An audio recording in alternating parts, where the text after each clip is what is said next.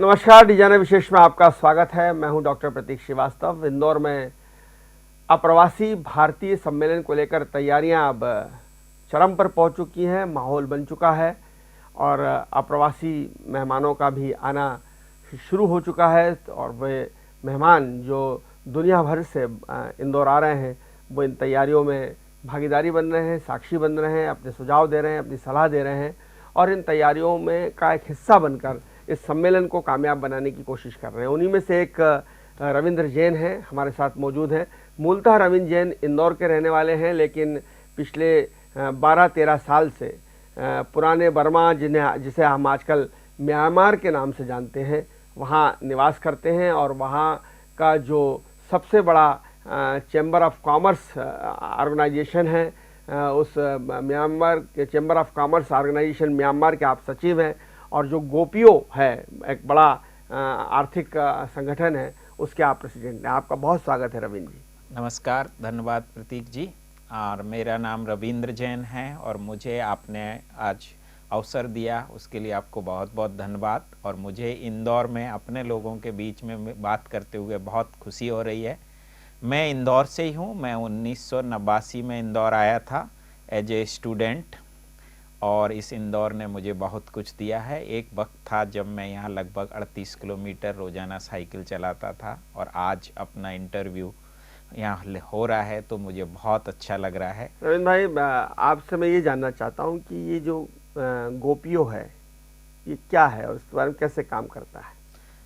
गोपियो जो है उसका फुल फॉर्म है global organization of people of Indian origin. इसमें वो लोग हैं जिनके माता पिता या तो उनके जो वंशी हैं, माता पिता दादा दादी जो पहले इंडियन थे लेकिन अभी उन्होंने किसी और कंट्री की सिटीजनशिप ले ली, उनको हम PIO बोलते हैं, पीपल ऑफ इंडियन ओरिजिन। और एक हम जैसे लोग NRI जो कि इंडिया पासपोर्ट होल्डर है लेकिन इंडिया में रहते नहीं हैं। तो इन सबको मिला के 1989 में न्यूयॉर्क में गोपियो इंटरनेशनल की स्थापना हुई थी और उसका मेन उद्देश्य था कि जो हमारे भारतवंशियों की जो प्रॉब्लम है, जब वो भारत आते हैं तब हमको बार बार वीज़ा लेना होता था, इन सब प्रॉब्लम को दूर करने के लिए गोपियो इंटरनेशनल की स्थापना हुई। इस वक्त गोपियो लगभग 38 कंट्री में इसके 78 चैप्टर हैं और जो भी हमारी प्रॉब्लम हैं उनको हम भारत सरकार के विदेश मंत्रालय के पास अपनी प्रॉब्लम को रखते हैं और इसमें हमारी जो भारतीय एम्बेसीज हैं इन रिस्पेक्टिव कंट्री में वो हमको बहुत सहयोग करती हैं। रविंद्र जी, ये जो म्यांमार है जिसको हम पुराने लोग बर्मा के नाम से जानते हैं और म्यांमार रंगून, बड़ा मशहूर गाना पिया गए रंगून, वहाँ से किया टेलीफोन, तो रंगून की तो यादें हैं सुभाष चंद्र बोस से भी जुड़ी हुई हैं और पहले भारत का हिस्सा ही हुआ करता था बर्मा म्यांमार, अंग्रेज़ों ने उसको अलग किया। लेकिन मैं ये जानना चाहता हूँ कि ये जो अप्रवासी भारतीय सम्मेलन इंदौर में हो रहा है और पहले भी आपने अप्रवासी भारतीय सम्मेलन में हिस्सा लिया है, इसमें म्यांमार की, बर्मा की और वहाँ रहने वाले लगभग 20 लाख भारतीयों की क्या भूमिका रहने वाली है इस सम्मेलन में? इसमें क्या होता है कि जब भी किसी भी सिटी में या किसी भी जगह पे प्रवासी भारतीय दिवस होता है उसके बाद उस सिटी का जो ग्रोथ है वो बहुत अच्छा होता है। तो जैसे इस बार इंदौर चुना गया है तो ये इंदौर के लिए बहुत अच्छा है। अब मैं आपके प्रश्न पे आता हूँ कि इसमें जो म्यांमार के लोग हैं, हम एज ए गोपियो के एज ए प्रेसिडेंट और हमारे म्यांमार से लगभग 20 से 25 लोग यहाँ आने वाले हैं।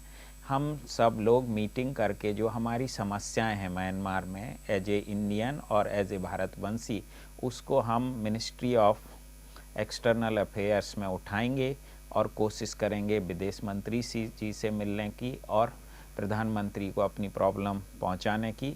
और ये जो इस तरह के जो सम्मेलन होते हैं इसमें मेन उद्देश्य क्या होता है कि बहुत सारी चीज़ें हैं जो हमें मालूम नहीं है जब हम विदेश में रहते कि इंदौर में क्या क्या होता है, तो उससे यहाँ इंदौर में व्यापार बढ़ेगा म्यांमार और इंदौर के बीच में और भारत के, तो इसमें व्यापार भी बढ़ता है हमारे और ट्रैवलिंग भी होती है। नहीं, अभी हम म्यांमार का दाल चावल तो खा ही रहे हैं। हाँ जी, म्यांमार में दाल और चावल बहुत होता है और बहुत कम भारतीयों को मालूम होगा कि ज़्यादातर जो दाल हम खाते हैं वो बर्मा यानी म्यांमार से आती है। चावल की भी यही स्थिति है।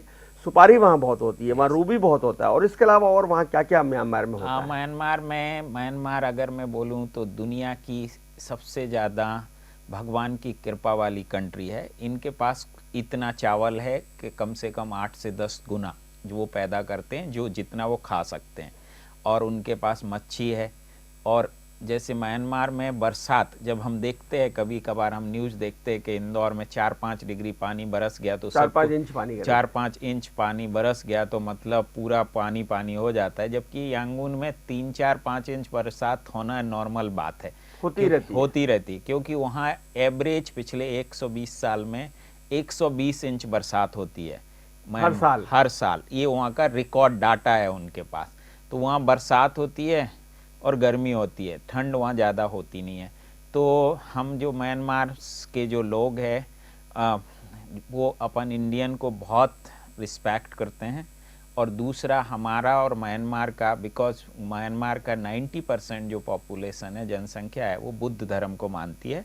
और उनका ज़िंदगी में एटलीस्ट एक, जैसे हम लोगों को लगता है, जैसे हिंदुओं को लगता है कि हम बनारस या अयोध्या ज़िंदगी में एक बार जाएं, ऐसे जो बर्मीज़ लोग हैं उनकी ज़िंदगी में एटलीस्ट एक बार इच्छा होती है कि वो बौद्ध गया आएँ, सारनाथ और बौद्ध गया आएँ और बौद्ध भगवान की जो जन्म स्थली है उसके दर्शन करें। तो एक तो हमारा उनसे ये रिलेशन बहुत अच्छा है। दूसरा, जो म्यांमार और इंडिया 1650 किलोमीटर के लगभग हमारा बॉर्डर भी है, जो अरुणाचल से मिलता है, मणिपुर से मिलता है, सिक्किम से मिलता है। नहीं, वो हाँ, मणिपुर, नागालैंड और मेघालय, हाँ, मणिपुर। तो ये हमारे उनसे बहुत क्लोज रिलेशन है।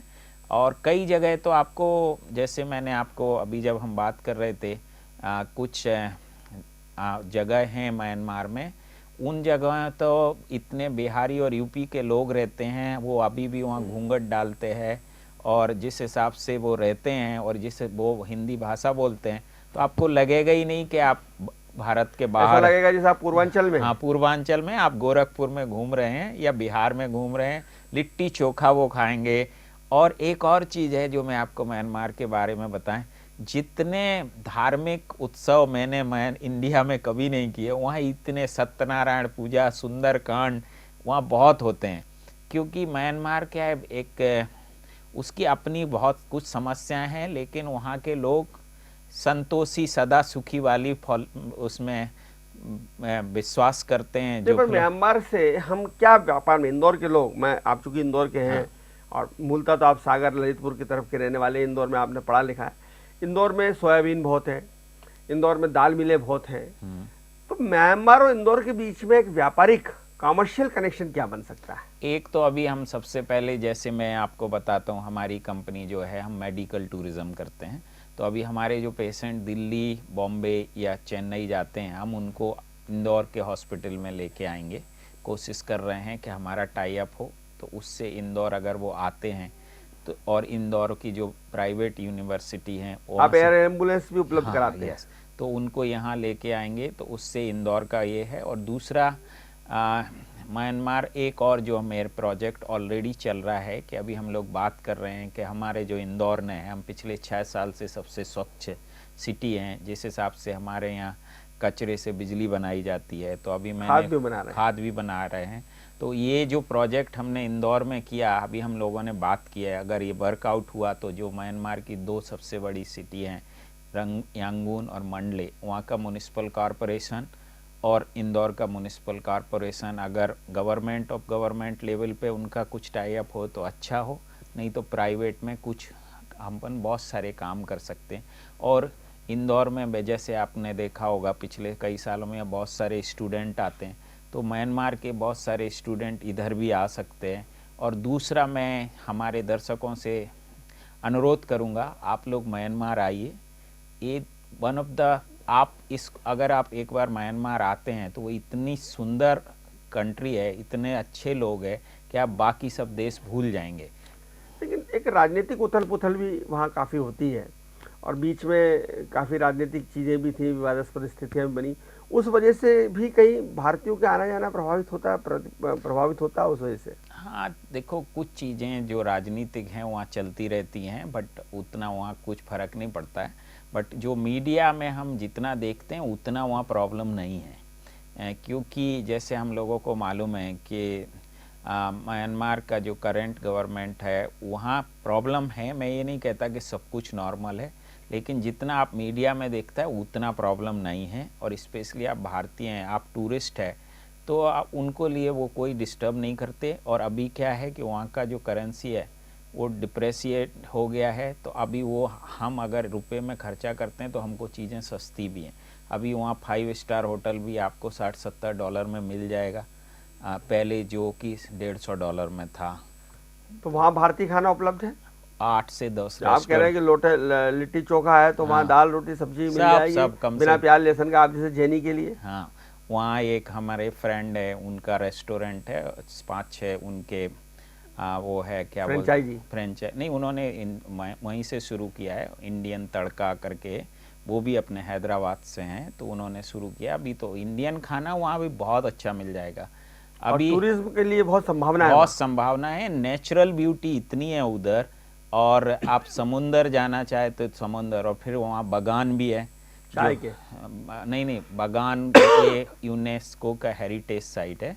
वहाँ पगोड़ास बने हैं बहुत सारे, वो दुनिया भर के टूरिस्ट उधर आते हैं। वहाँ एयर बलून है, वहाँ एक इनले लेक है जो लगभग 30 किलोमीटर रेडियस में है। उस लेक के अंदर होटल बने हुए हैं, आपको इतना सुंदर लगेगा आप मतलब। और उसके अलावा वहाँ नेपाली बीच है जो कि एशिया का ट्रिप एडवाइज़र की रेटिंग में नंबर 1 आता है। तो ये जो भारत में अप्रवासी भारतीय सम्मेलन हो रहा है, जिसमें प्रधानमंत्री जी भी आ रहे हैं, सूरीनाम और गुयाना के प्रधानमंत्री भी आने वाले हैं, हमारे राष्ट्रपति जी भी आएंगे, महामहिम भी, म्यांमार के आप बता रहे हैं कि काफ़ी सारे लोग यहाँ आने वाले हैं।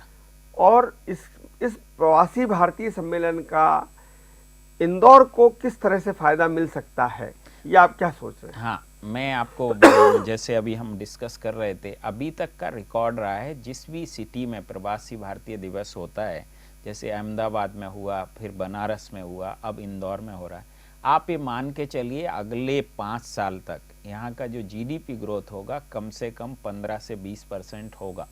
उसका रीज़न ये है कि हम इधर प्रवासी लोग यहाँ आए या नहीं आए, लेकिन हमारी एम्बेसी एडवर्टाइजमेंट इतनी बार वो न्यूज़ हम लोगों के पास जाती है कि हमको एटलीस्ट इंदौर का नाम पता चला। बहुत सारे लोग हैं जिनको इंदौर का नाम ही नहीं पता था, तो उससे फिर वो आते हैं। और फिर इंदौर के पास उज्जैन है, उज्जैन में कब जैसे कल परसों हम खुद होके आए महाकाल है वहाँ। हाँ, तो महाकाल है, और उसके पास जो उन्होंने कॉरिडोर बनाया जो बहुत सुंदर है, तो वो ये बहुत सारी चीज़ें हैं। तो यहाँ जो अभी हमारे जितने भी दोस्त आ रहे हैं वो इंदौर रहेंगे, फिर उज्जैन जाएंगे और ओंकारेश्वर जाएंगे। तो ये पूरा एक त्रिकोण बनेगा और इस पूरे एरिया की इकोनॉमी बहुत अच्छी से डेवलप होगी। और प्रवासी भारतीय दिवस आपको मालूम है कि अमेरिका हो या जितनी भी डेवलप कंट्रीज़ हैं आज की तारीख में, वहाँ सबसे ज़्यादा high income group NRI Indians हैं। तो वो इन्वेस्ट भी करेंगे, प्रॉपर्टी में पैसे लगाएंगे।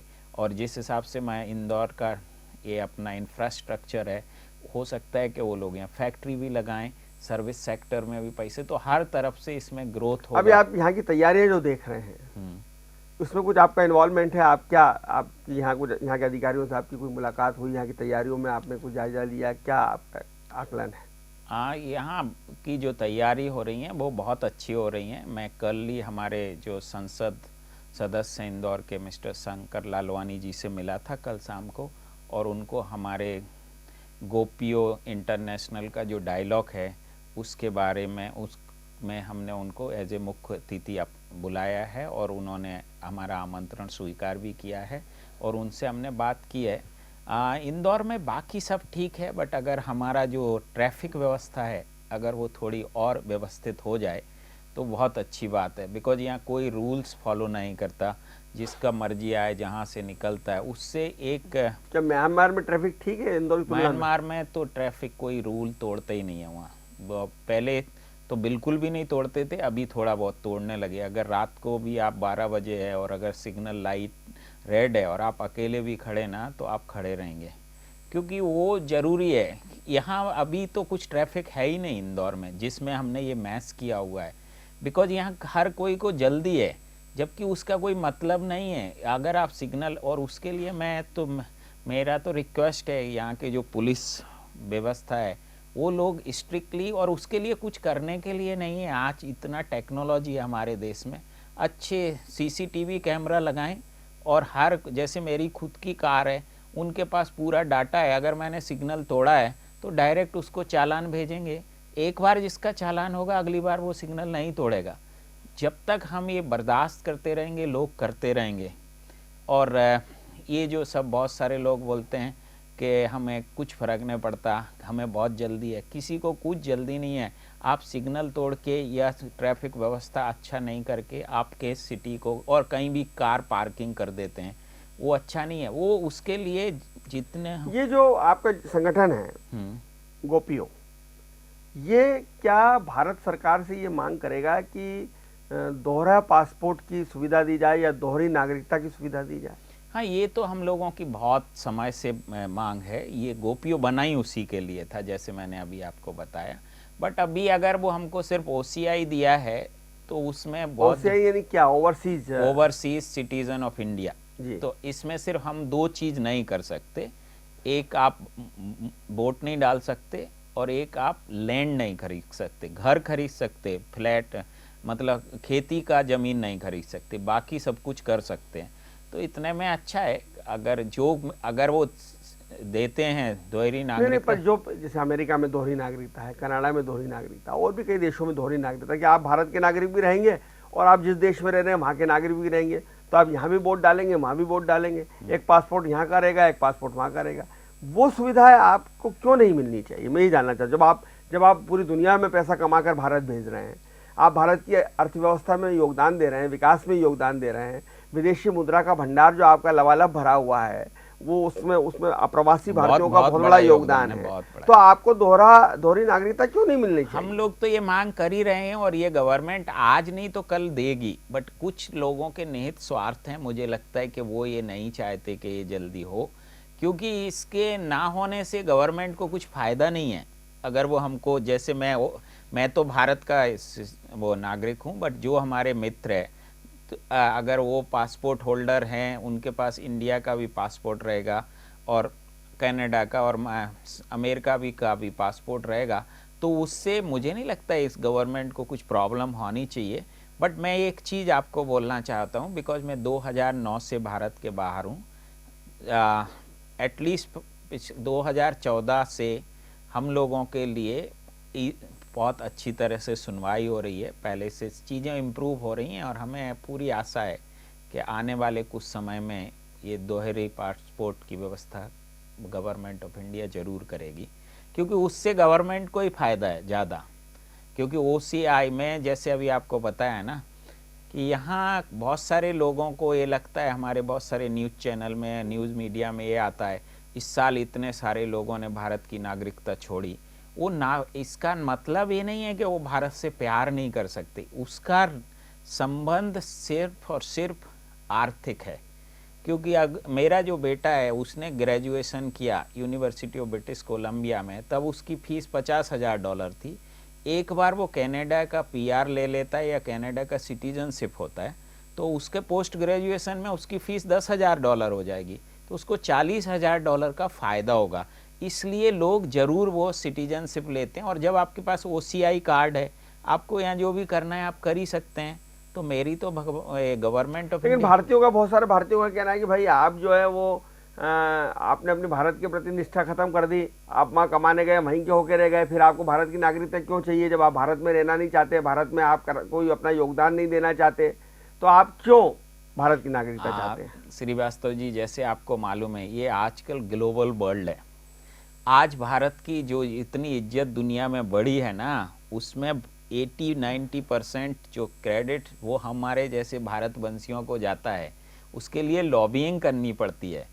आज अमेरिका में आपको जो इज्जत मिलती है, यूके में जो इज्जत मिलती है, आपको क्या लगता है कि आप सब लोगों को भारतीय, हम लोगों ने कुछ नहीं किया? हम लोग एक तरह से भारत के एम्बेसडर है।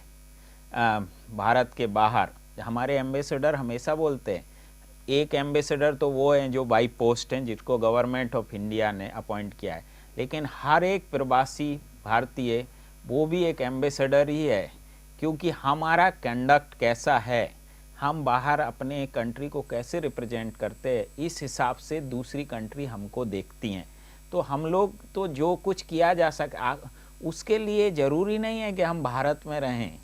आप कितने सारे अभी डॉक्टर्स और जो इंटेलेक्चुअल्स हैं वो अभी भारत में आ रहे हैं। जैसे जैसे यहाँ सुविधा बढ़ रही हैं उस हिसाब से वो लोग भारत आएंगे। अगर मुझे म्यांमार में जो मिल रहा है या मेरे बच्चों को कनाडा या अमेरिका कनाडा में मिल रहा है, अगर वही सुविधा करके वो इस देश में आए तो क्यों नहीं आए।